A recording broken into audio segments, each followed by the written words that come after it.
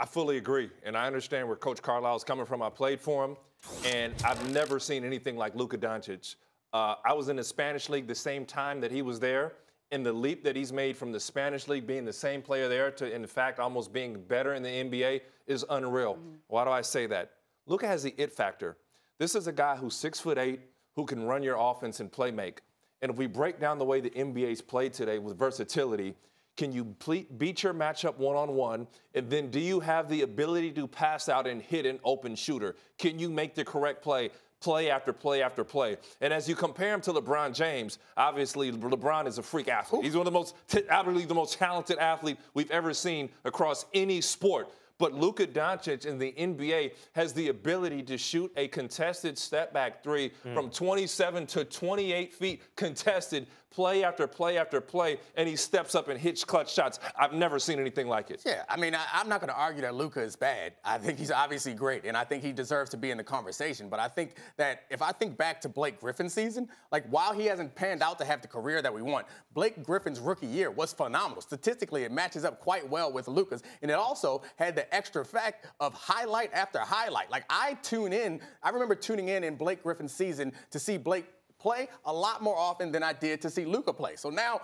if we're starting a franchise, I agree that Luka's probably the guy to build around. But if you're talking about who just had, you see the stats right there. He had more rebounds. He had more double-doubles. He had slightly more points. Like Blake Griffin, when he hit the league, the expectations for him were lower than they are for Luka. And what happened, you know that was his second year, right? I know it's his second year, but it was still his first year. No, like, he said, but no, it's his rookie year. But his rookie year. This is rookie year. Hold on. So if you want to do that, then we can talk about Luka's a professional basketball player. He was the MVP of the EuroLeague. So if you want to parse it like that, then we can go there too. He was a rookie. So I mean, he was a rookie. So was Blake Griffin. And he's probably younger. So you know, taking their rookie seasons alone as evidence, you might have an argument between Blake Griffin and Luka Doncic, but I don't think that's how we can judge who is the best rookie since LeBron James. I think that's part of it. I think the other part is, where do you feel like the arrow is pointing for this particular player? And I think with Luka, to all the reasons that Ryan laid out, the arrow is going so high up. It doesn't feel like the thing everybody said about him when he came out, that he's already at his ceiling. Blake suffered not just from having one of his best seasons of his career, his rookie year. The league changed out from under Blake as it was happening. The league moved out to the three-point arc. The league became big men need to be able to stretch the floor. Right after, the Golden State Warriors happened right after Blake did this as a rookie.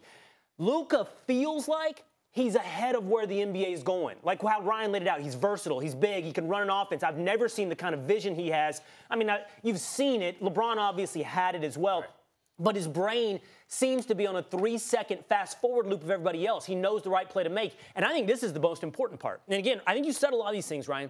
He has that special thing, man. He's clutch. Before they started tanking, he was up towards the top of the league in clutch shooting to win a game in the last 5 minutes.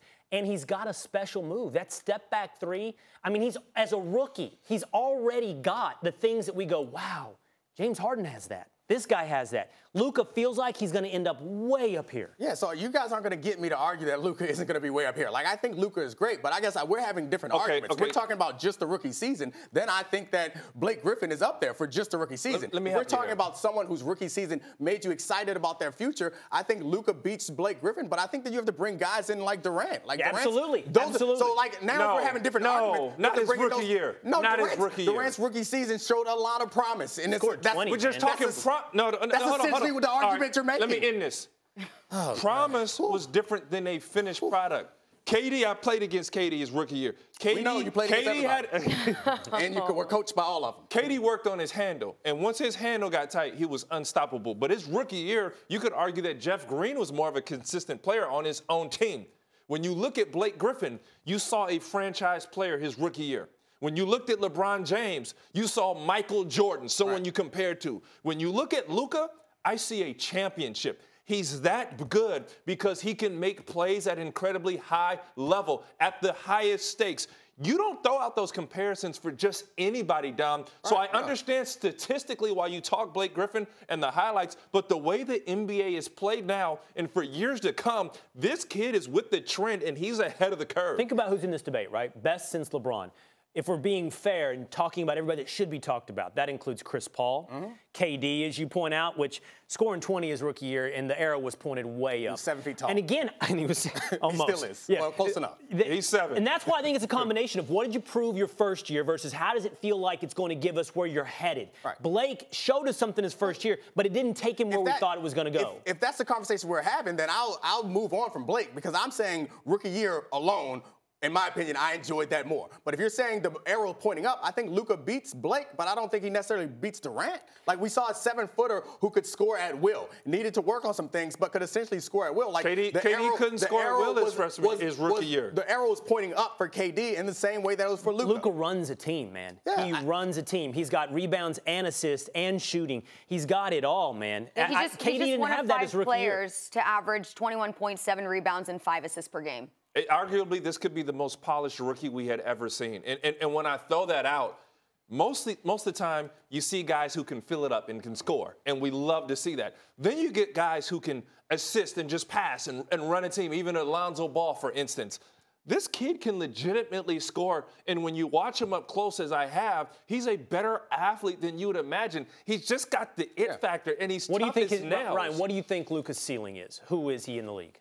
I think he's going to be a champion. I think he's going to be an NBA champion. As we throw out ceiling, it's tough because we can say he's a big guard. Larry Bird held that capabilities, but he's a little more athletic than Larry. I don't know if he's necessarily the same shooter. Does he pass and playmaking big like LeBron? Yeah, so you have to throw out those I think he looks comparisons. like James Harden, but more well-rounded. So, I mean, I think this is not even necessarily to help my argument, but I think that he made this team much better. They are 10 wins better on a team that's still trying to tank. Like, I give Luka a ton of credit. He almost played all 82 games, which Blake Griffin did in his rookie year, but I don't think that Stop calling it his rookie year, man. It was his rookie year.